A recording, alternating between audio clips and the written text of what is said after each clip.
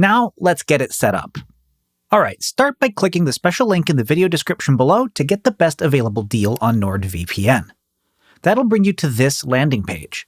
Click the orange button to get started, and you'll see 4 plan options: Basic, Plus, Complete, and Prime.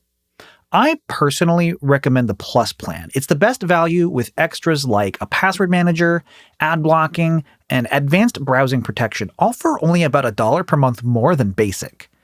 Click the button for the plan you want, and you'll land on the checkout page.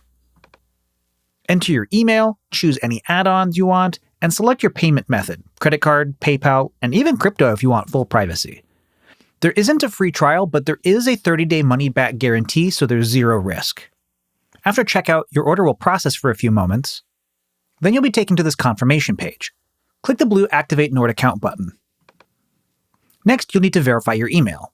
If you use Gmail or another major email provider, you can click the button below to open your email account directly from this page. Then, check your inbox on the email you used during sign-up and find your verification code. Go ahead and paste that code here. Next, create a password for your Nord account. Next, click the button to download the app for your operating system.